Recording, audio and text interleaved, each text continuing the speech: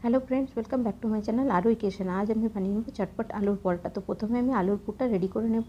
কড়াই দিয়ে দেবো 2 চামচ সরষের তেল, জিরে, 1 চামচ আদা রসুন বাটা, নুন, চিনি, ম্যাগি মশলা, মিট মশলা, 1 চামচ টমেটো সস। এবার আমি সেদ্ধ করা আলুটা দিয়ে দেবো। 1 চামচ কসুরি মেথি দিয়ে দেবো। আলুর পুরটা রেডি হয়ে গেলে এবার আমি আটাটা মেখে নেব। দিয়ে দেবো 1 কাপ আটা, হাফ কাপ ময়দা, নুন, তেল। এবার আমি ময়মটা ভালো করে মিশিয়ে নিয়ে অল্প অল্প জল দিয়ে ডোটা বানিয়ে নেব। ডোটা রেডি হয়ে গেছে। এবার আমি তেল লাগিয়ে আধ ঘন্টা ঢেকে রেখে দেবো। তো লেচিগুলো রেডি হয়ে গেছে। এবার আমি আলু স্টাফিংটা এর মধ্যে ভরে নেব। এই মুড়ে এটাকে আমি বেলে নেব। এবার আমি এটা সেঁকে নেব।